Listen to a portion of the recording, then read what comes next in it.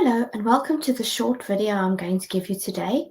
My name is Tracy Kimberg. I'm a couples therapist and a relationship expert specializing in helping teenagers as well as adults discover a better relationship with themselves and also know how to nurture healthy and lasting relationships with other people. Today I'd like to talk to you about teenagers and how do you as a parent really know when is it the time for you to find your child a therapist, and is it really necessary? What are the signs you need to look out for, and how you can then proceed to go into action and help your child understand that you are trying to help them by getting them into therapy. The first thing that you need to remember is these signs are not a definite go-to. It's about knowing your child and noticing how their behavior is different to when they are in a normal situation.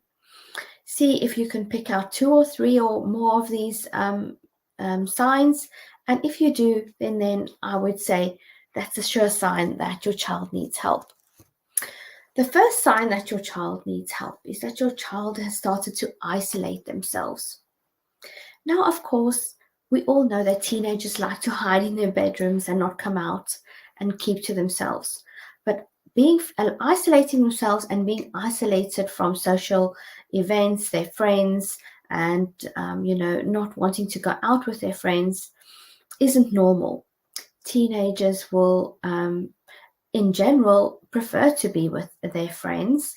So when they do not want to do that anymore and prefer to stay home, and especially over weekends after school, don't really mix with their friends, then you should be worried. If you notice that your child's grades are dropping is the next one. This is all relative. How was your child performing prior to this behavior? If your child is someone that struggles with school, then you know that this is normal, that your child has to work extra hard to get good grades. But specifically, if you notice a drop in grades, or that they lose interest in school, say they don't want to go to school, then you know that there's an issue there and that needs to be addressed. The next one is mood swings. Now, mood swings, as we know, teenagers aren't easy.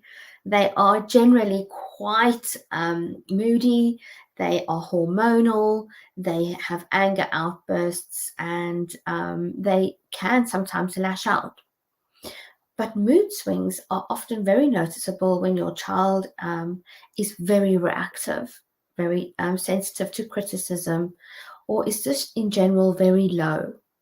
Then you know that there's something going on there and that your child probably needs someone to speak to. If you can't speak to your child, is approach your child and ask your child, is there something bothering them? Trauma is the next one. If your child has gone through trauma, now trauma is a very wide name of things that could possibly go wrong, but trauma, we're looking at significant trauma. Maybe a broken relationship, maybe they've broken up with their boyfriend or girlfriend, maybe they've lost a friend at school, one of their best friends has now gone off with another friend. To teenagers, this is quite traumatic because they so idealize friendships and the people that they mix with, and they so easily need to feel part of this group.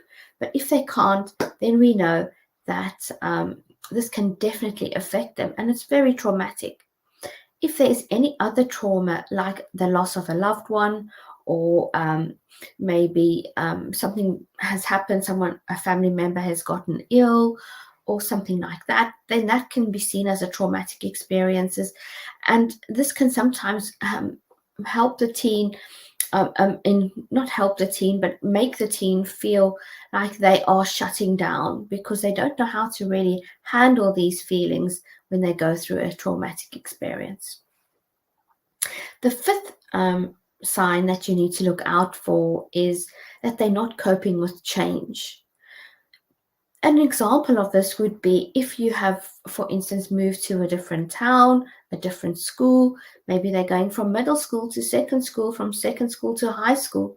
If they can't cope with these changes, if maybe there's the parents have split up or had a divorce, and you notice that your child is really very definitely struggling to adjust to the new situation, then this is a sure sign that your child might need a therapist to talk to. Of course, the next one is substance abuse. Now, substance abuse in teenagers has become very prominent, and I often deal with this with many teenagers. But I would definitely see this as a warning sign. If I can recommend that to you, to see this as a serious warning sign. Smoking, weed, taking and party drugs, or alcohol consumption. For teenagers, this is a very unhealthy habit to get into, and they can so easily become a habit. And before that, you know it, the teenager is maybe struggling to control these substances. So they then also might start stealing from the parents or lying, becoming deceitful, and this can affect the relationship within the family unit because it creates a lot of conflict and distrust, and this definitely makes it very, very hard in the family when children are abusing substances. Number 7 is self-harm. Is your child showing signs of self-harm? Sometimes children hide their self-harming. Now, self-harming is when children purposely cut themselves or scratch themselves or even burn themselves on places on their own body to help them cope with stress and anxiety. Now, this is a coping mechanism. This is not attention seeking. And that I want to make very clear. So you as a parent needs to understand that your child is not asking for attention. Your child is not coping with their emotions, and they don't really know how to deal with it.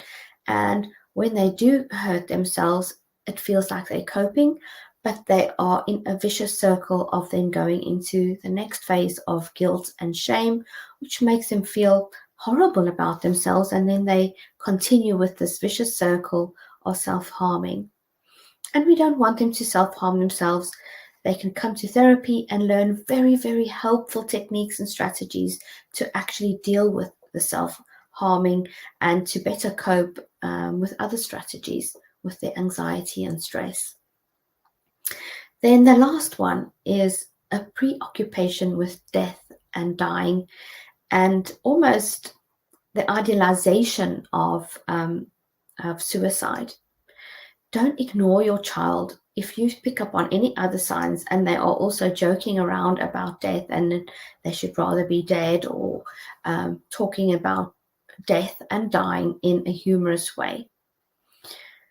The children that are ignored are the ones that slip through the cracks and sometimes eventually end up committing suicide. So it's not something that should be ignored or also seen as attention seeking. So, I would definitely recommend that you as a parent, if you can pick up on your child speaking about death and dying and almost showing a preoccupation about it, slipping into conversations at the wrong time unexpectedly, then you know that this is a warning sign, and that you should act upon it. It's not easy having a teenage with mental health problems. It's very hard. It's hard work as a parent, and parents get frustrated and they get tired because they don't always know the answers as to how they can help their children overcome these problems. And this is why I recommend that you seek help. You don't have to, do it behind your child's back. I recommend that you speak to your child beforehand and say to your child without criticism, voicing your emotional concerns and your worries and your support for them, and make sure that they believe and understand that you will be there for them no matter what, and then you are going to help them through this difficult period, and that you want them to be happy and that you love them unconditionally. And find a fit therapist. I am offering free phone calls, so please If you would like to discuss your child, please get in touch with me and let's have a chat. And let's see if I can possibly help or give you some advice on how to take the next step to help your child better cope and have a healthier and more happier mental health. I hope you enjoyed this video, and if you have any questions, then you can either message me, you can find me on Facebook, on Instagram, or on LinkedIn. Please message me and let's see how we can talk about things and make things a lot easier for you at home. Have a lovely day, everyone. Bye.